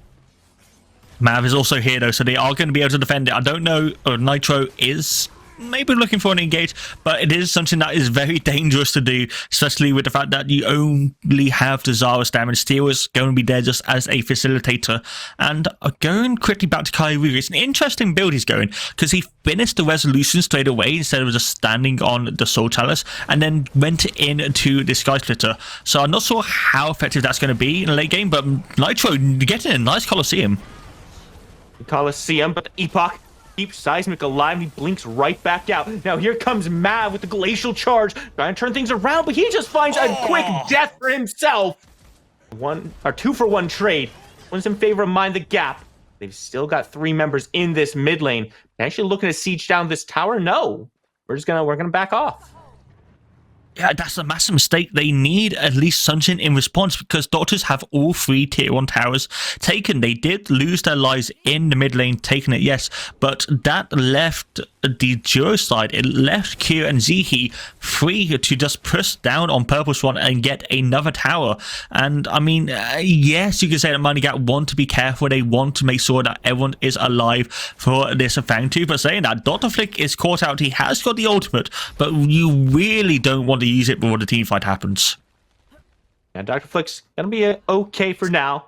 Use the Blast Seed, gets up away from Sneaks, and take a long walk back to what seems to be safety. Although, the way Sneaks runs at this Muriel, I'm not sure if there's any such thing. Dr. Flick here. But so far, things quiet down a little bit. Scoreboard still 8-5.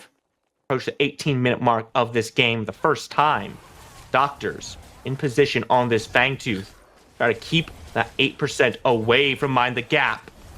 Swan, Nitro on their way in. Nitro might still be able to steal it away. They do get the third Fangtooth, but now they got to fight afterwards. This one is a great look for him. The Colosseum traps 2 down. Mav and Seismic have nowhere to go, but they're answering damage back. Kyoruga can't find the shot, and Mind the Gap is starting to slip. Nitro falls down. 3 dead, only 1 taken back. And Pinzo on the run, trying to get away from Sneaks and Mav, but Sneaks closes the distance. Will they find the dive? Mav jumps forward, roots him down. Knockup is good from Pinzo, but he's so low. Snakes finishes the work under the tower, and the doctors walk on back, minus a Fangtooth, but up 4 kills.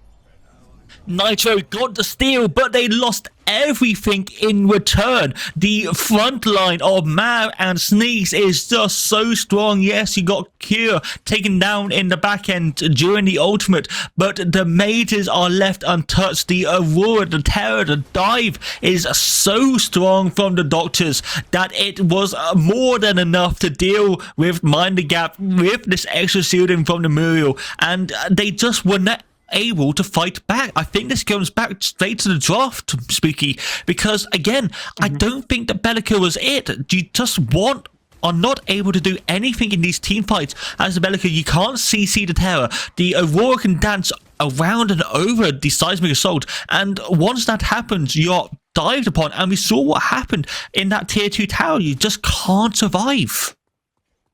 Yeah, it looked like such a great engagement from Mind the Gap. They get in, they steal away the Fangtooth, they lock people down with the Coliseum, but like you said, there's just no follow-up there.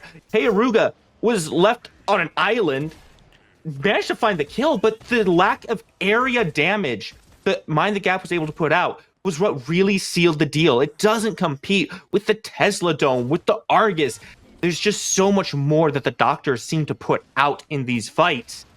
Now we're looking at a tied game state at 20 minutes. Sure, Mind the Gap is up 3 Fangteeth as Nitro just goes in with the Coliseum. I'm not sure if he finds any value here. Epoch used by Seismic. And it's a straight disengage.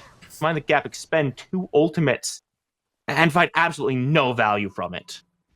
I think it's even more because they used to Reversal of Fortune, they used the Colosseum, they used to ventilate. And I think the Steel Slam was used as well. The Epoch value was monumental. So yes, you blinked in afterwards, but there is no real chance for Mind the Gap to actually fight into this as a 5v5 now, because the Doctors have everything part of the Tesla Dome. They can start this orb climb up. Mind the Gap have no wards. They have no idea where anyone is. They need to go in blind. This is not a good look from Mind the Gap, expending so many tools before the Orb Prime.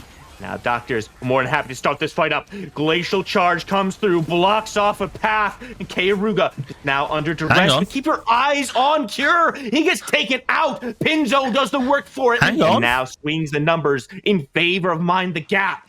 That forces the Doctors to disengage. I cannot believe they won that fight. They're still going in, though. They're looking for Zeke. Nitro, about half HP. They aren't going to find anything else due to the fact that they have got the gravity boots. They can't start the Orb Prime up themselves. It is way too risky. But they got the kill. They got the stoppage on that Orb Prime. And Pinzo got the kill. I'm not entirely sure how Cure died in that. But, I mean, we were saying bad things about the Bellica. Never mind. We got 3-1 and 3 Pinzo. He's got 3 items. I mean, yes, the Bellica hasn't got very much AoE damage, but what it has in spades is burst potential. That neural disruptor we haven't seen in such a long time as a full mate that we forget how much damage it actually does. If any member of Doctors cross Chrissy, if it's Cure, Zihi, or even Seismic, if they get hit by that Seismic Assault without any escape, then, I mean, they can just get one shot. Things looking very close in these fights now, Falcon. Map state tells a slightly different story still. Doctors still maintain their tower lines at those tier 1s. Mind the Gap, struggling a little bit more. Keep your eyes on that left side. That tier 2, exceptionally low. If the minions get on that during Orb Prime defense, that thing is going down very quickly. Question is, how does Mind the Gap split this map? How do they try to take control of these lanes and keep these towers at least a little bit safer as these objectives are being played around?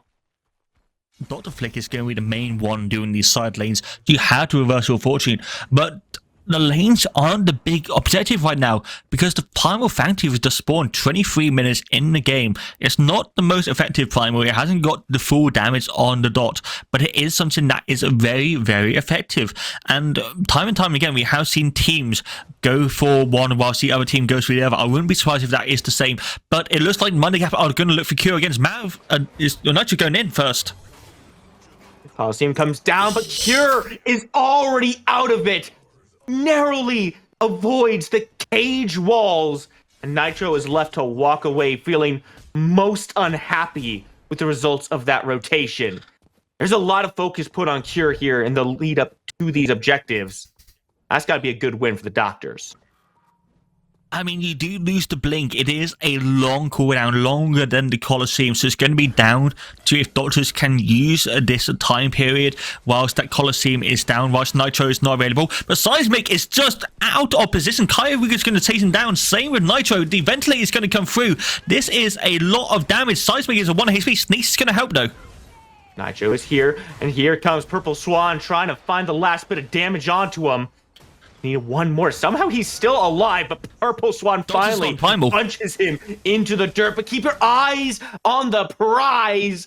Doctors have recognized the rotation. They're all on the Primal Fangtooth. They need to start this. Find the gap. They are aware of it too. They're going to switch over, take the Orb Prime, the 1-for-1 trade that you were talking about.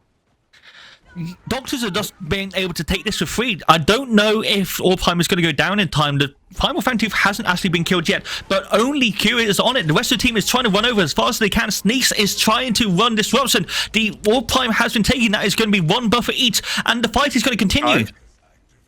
Sneaks still leading the charge on this one, but mind the gap.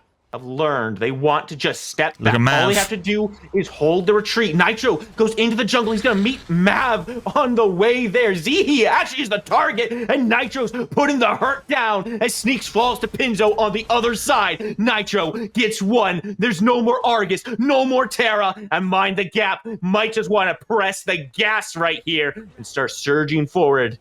Nitro has been really, quite literally spearheading the offensive from Mind the Gap.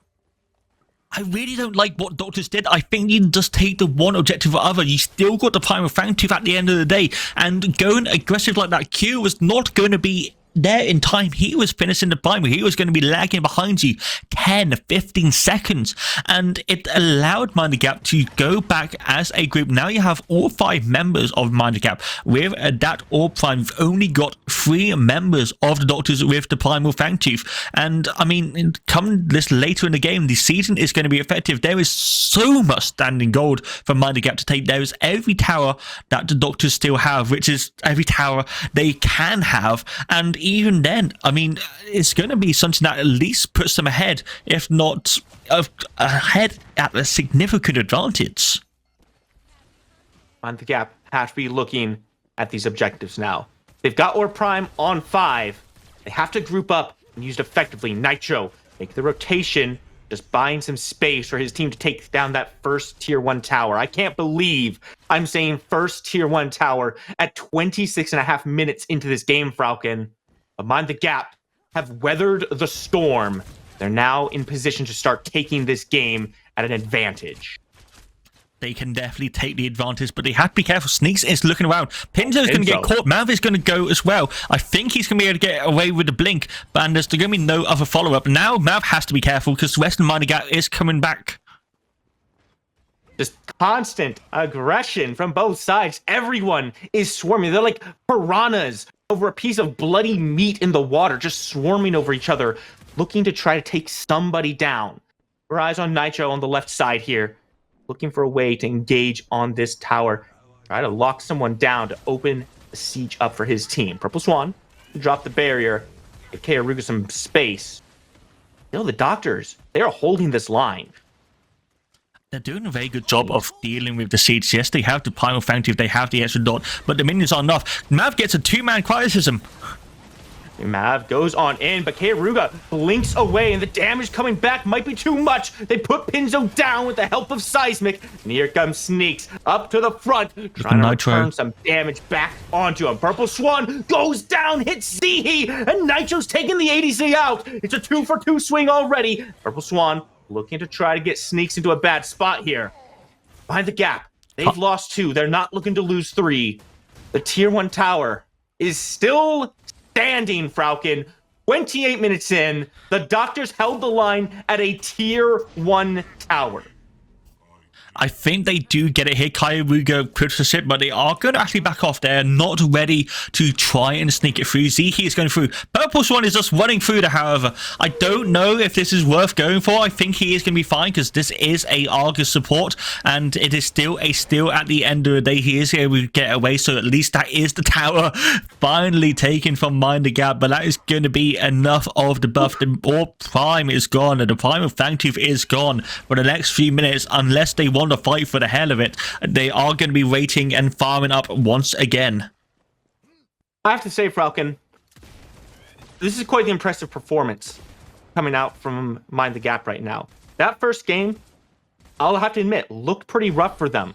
Doctors put on a clinic and really packed Mind the Gap away. Game 2 here, it's very clear that MTG has learned from the mistakes that they've made, and they are looking to shore them up. Taking a long time to find themselves in a state where they're sieging towers, and those sieges can still definitely use some work. We saw how long it took with an Orb Prime to just take down a tier 1, but the pieces are starting to come together. I mean, yeah, they have still got a farm difference. They are still behind as Nitro goes on the Z here to Coliseum. The follow-up with Reversal of Fortune is going to come through. Tesla is going to be used on top. As he has nowhere to go on that one, but Nitro is taking a lot of damage as well, and Dr. Flick is going to be the one who pays the price for it.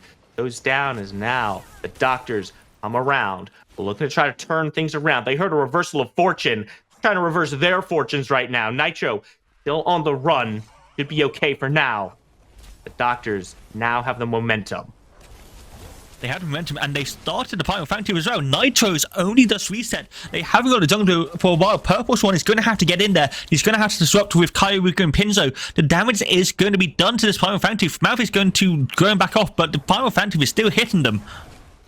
Then late already used. The Glacial Charge comes through, drops the root. Purple Swan in a bad spot. Tesla Dome comes down onto the back line, forces Kairuga and Pinzo into a terrible spot. This fight has been completely disrupted. The Doctors are here, and they are putting you back down. Nitro might be alive, but there's nothing he can do. He's going to be the last man standing in the mid lane.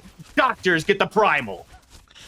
And this entire play started from the engage in the mid lane, the Colosseum used on the Zihi, and that fight meant that Nitro was out of position, that members of Mind the Gap and Doctors were dead, and it meant that the damage was more than enough because the Doctors could start this Primal Fangtooth with no jungler from Mind the Gap nearby. They could turn on the 3 members with a massive amount of damage from that Tesla Dome, and they secure the second Primal Fangtooth of the game, as well as the second Fangtooth buff, that out of combat movement speed. They are running straight towards that Orb Prime, and members of Mind the Gap are still dead. It's a bad look from Mind the Gap. What was a game that was starting to go in their favor has been completely ripped out of their hands, and the Doctors once again are just taking notes on what they need to do to find themselves a victory. This team is one that you can never count them out. They might slow down, they might play on the back foot for a moment, but they're always looking for that chance to jump forward and just take you by the throat. And by gods, with the Orb Prime around their waist, the Doctors have them now. I mean, they definitely have the advantage. I don't know if this is going to be game ending. They still have to go through the tier 2 towers. It's going to depend on how Mind the Gap defend. If they can defend like how we saw Doctor defend earlier when Mind the Gap had the Orb Prime, then they have a chance. They need to look for a pick. They need to use this Bellicus damage that is online to actually go for something. Because if they can kill the gadget, if they can kill Cure once again, they have a chance. But they just need to make sure that those backliners cannot hit those towers, hit those inhibitors. And with Doctors playing like they are, with Mav and Sneaks playing like how they have been, it's going to be a hard task. Doctors splitting the map right now. See 3 on the left side, 1 in mid and right side each. Tier 2 on the left goes down without too much fuss. No surprise, they're already extremely low. But it just means there's this extra pressure now on the inhibitor. 3 people.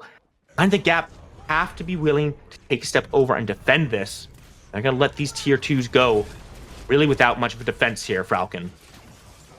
They have to go for the defense on the inhibitors. There's no point defending the tier 2 towers because they are the standing gold. They will die sooner or later. Sneaks is pressing down the solo inhibitor, and that's already gone down. That is a massive hole in the Mind the Gap's base. That is going to allow doctors to rotate in and out. It's going to have minions present on the core. That is going to give them the options. The mid has also gone. There's only these duo inhibitor left, and they can't defend that anymore. It's going to be down to the defense on the core. I'm not sure how long these buffs are still available, and I think it's going to be quite a few minion waves to go. And the Gap has given up their entire inhibitor line.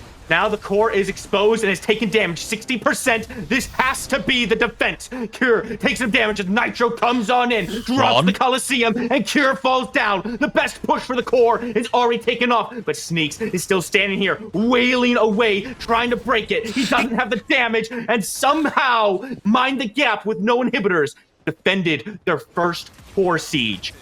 Falcon Sneaks is exactly that. It's only the first. Sneaks ran into the actual baseline. He died to the fountain. That is such a massive mistake because he just instantly died. I don't think it was Kairugu who actually got the kill. And I mean, that was defense. Yes, you got 55% HP left on the core, but that is going to regen. You can defend these lanes quite easily. If there is no one else pushing, the rest of the doctors are going to reset. That is going to be the buffs up. They can't go for another push. They're going to have to do this buffless because those Primal and the Orb Prime aren't going to be up for a bit longer. This game could easily go for another 5 minutes, Spooky.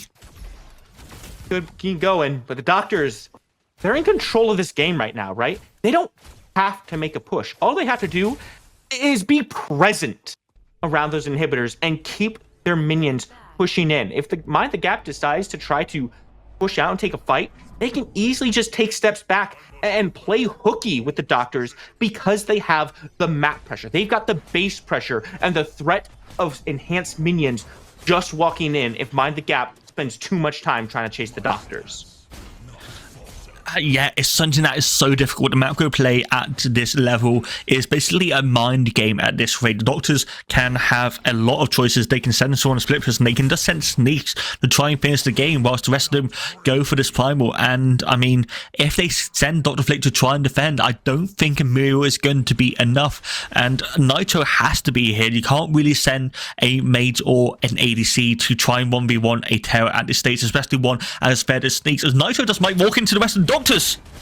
Not a good look for Nitro. Rooted down, lots of damage put out. Already have health, but Argus doesn't quite find the damage with the ultimate. Purple Swan takes a step forward, pushing the doctors back. But once again, it's fine for the doctors. They don't mind that they didn't kill Nitro because they have so much space to play with. All this does is delay things a little bit. Now they're going to go for the primal. Mind the Gap. They've got a choice to make here. It's going to be too late. They're going to take it down before anyone else gets there. The Primal is going to be down so close. The Purple Swan and Kyrie are walking in now. Are they going to get there in time? Oh, they are not. Purple Swan, terrible spot as Nigel goes in on the pit and dies.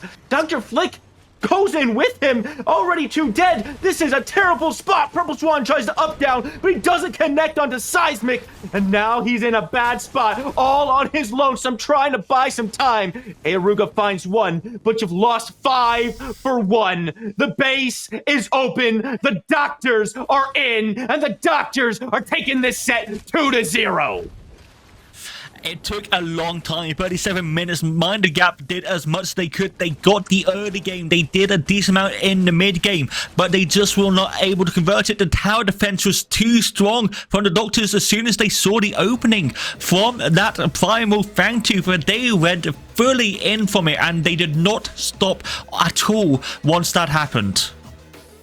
A tough situation to be in, right? You're 3 inhibitors down. Your core is at 55% HP. You know where the enemy is. You know they're on that primal. And you also know that if you let them have it, there is no way you keep them off your core. You know that you cannot keep it alive through that damage. What can you do? See you how long in the base? I don't know. Well, you see how long the game has been going through because it's gone dark outside for me. But yeah, it's such a difficult decision to make. I think they did make the correct decision. I think you had to fight there.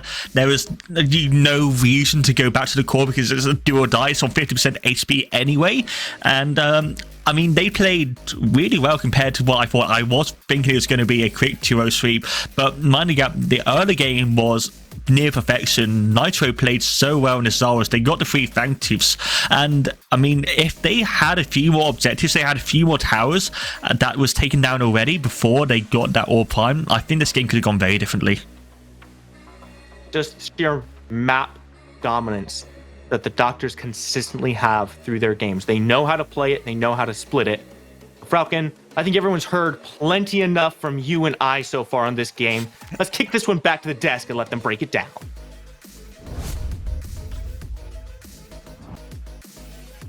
Thank you, Spooky. Thank you, Falcon. We're back here on the desk following that dominant Doctors run.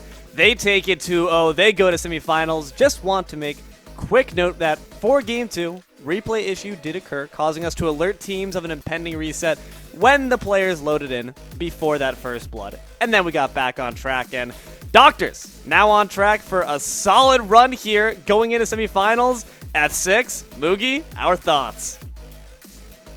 I mean, it was a close one. This game, too, could have went any way at any point until the very pretty much ending of the game. MTG put on a great performance. I don't think they should be disappointed at all. They are contending against what we think is the top team to really go and win it all. Yeah, and I love like the fact that there was some curveball into that game. Like I didn't see the Muriel offlane coming, but it seems they had a plan. We have seen like the combination of the Zarus Coliseum with the Muriel Reversal of Fortune to secure a double kill early in the dual lane and then transforming that into a Fangtooth. And then they got the second Fangtooth once again, taking the Muriel Ultimate Global to be able to control that side of the map. Realizing that, the side of the Doctor said like we need to be there at the third Fangtooth, and here Nitro comes in clutch and steals it to secure the triple Fangtooth and have this 8% stat buff for himself on the side of Mind the Gap. And here the game was kind of open. And then like Doctors also like kind of some this like questionable action when they tried to split themselves after that trade of big objective of the R Prime on the side of Mind the Gap and this Primal Fangtooth on the side of the Doctors, and suddenly like Mind the Gap as a game for themselves, but in the end the team fight of the Doctors were too much to chew for Mind the Gap.